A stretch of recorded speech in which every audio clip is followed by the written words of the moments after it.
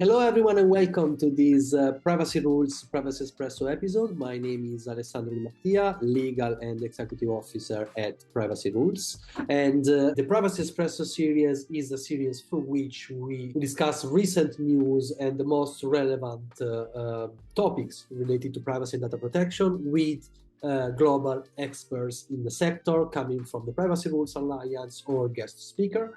Today, we are going to discuss about a very recent case that comes from the French DPA, the Cnil, and that regards the cookie consent flow for TikTok. And we are going to do so with the Privacy Rules member expert from France, that is Jean-Christophe Chevalier from the French law firm Ydès.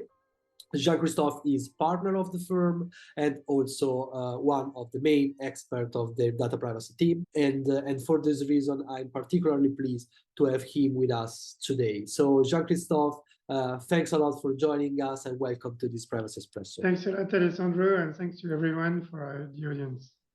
Great. And let's start with this Privacy Espresso. So let's start with the classical broad question. So what happened? What's the case about?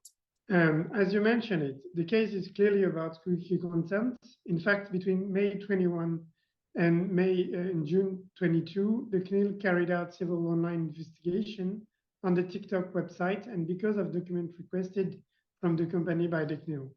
The investigation was made in an unlogged session and exclusively on the TikTok website, and the CNIL considered that there was a huge lack of transparency on the different purposes of the cookies set up into the website.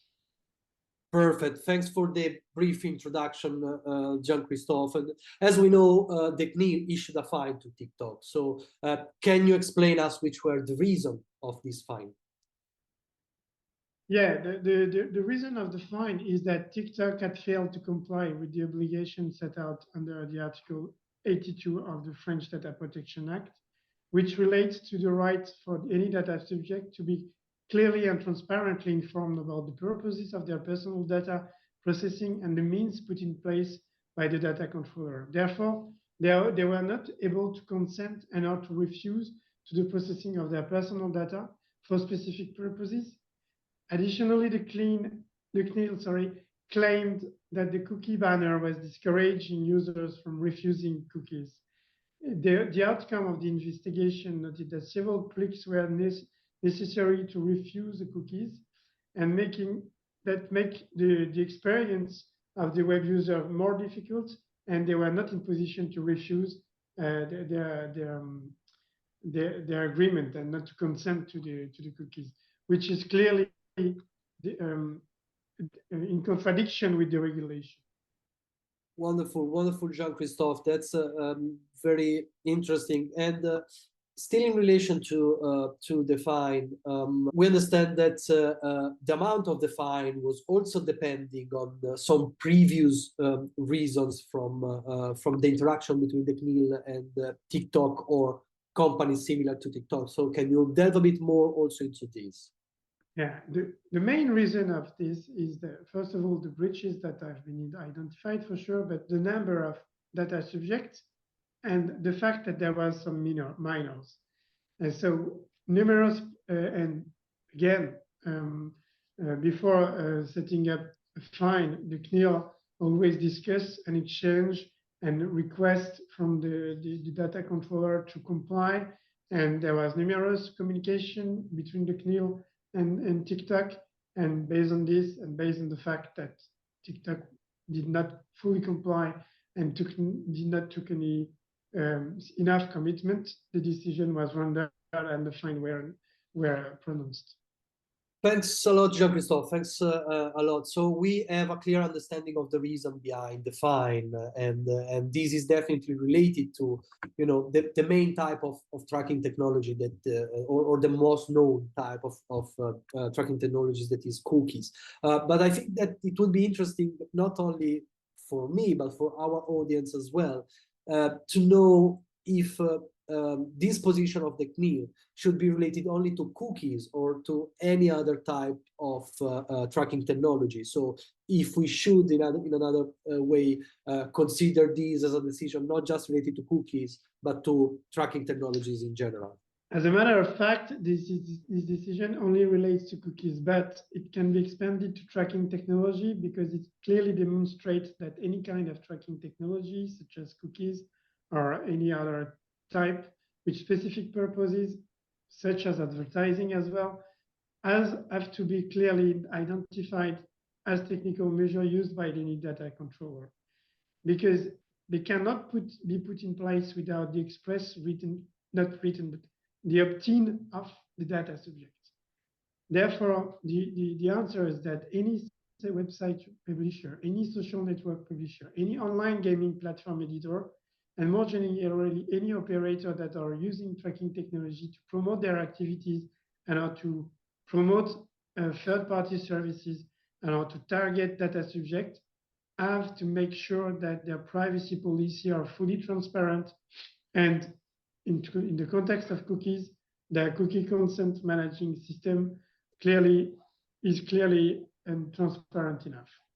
That's key. So thanks a lot, Jean-Christophe, also for providing us with more detail and a broader perspective and value of this decision. To expand it even more, my next question is related to the AdTech sector that has been severely impacted by the decision, not only this decision of the Cnil, but in general other decisions that we have witnessed in the last weeks. So how much this decision as well impacts on the AdTech sector, in your view? Actually, we were completely aware that the Cnil was increasingly attentive to the practices of companies in the advertising industry. And because, I mean, there was the decision with Meta in Ireland, that decision against Google, decision against TikTok, and so on. And now we completely understand that the Cnil will never, and we no longer tolerate any non-compliance with the French Data Protection Act in this sector. And this decision is clearly a step towards to the voodoo decision rendered on December 29th, but published on January 17th, 2023, where the Cnil fined the mobile game publisher Voodoo €3 million for using essential technical user identification devices for advertising purpose without the prior consent from the users. And on other aspects, there is also an issue with the fact that we have some minors, but clearly the impact is very strong on the ad tech sector.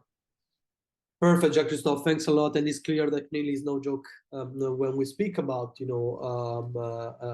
consent in particular. And this decision that you mentioned, and thanks for doing that, about the Voodoo case, sounds even closer to the one we heard in relation to the Irish DPA and the position against Meta. So there seems to be some sort of alignment between the various authorities at the EU level on this topic, and I can understand that this is also because this is really part of the core of the privacy and data protection and the individuals' rights. So I can understand the reasons behind this. But I would like to, Jean-Christophe, I would like to thank you very much for being with us today and for your quick but clear explanation on the TikTok case by the Cnil. And I would like also to thank our listeners for being with us today and for following the Privacy Espresso series. Looking forward to meet you and all of them, of course, in our next Privacy Espresso episode. So bye everyone for this week. See you next week. Thank you, everybody, and Happy New Year.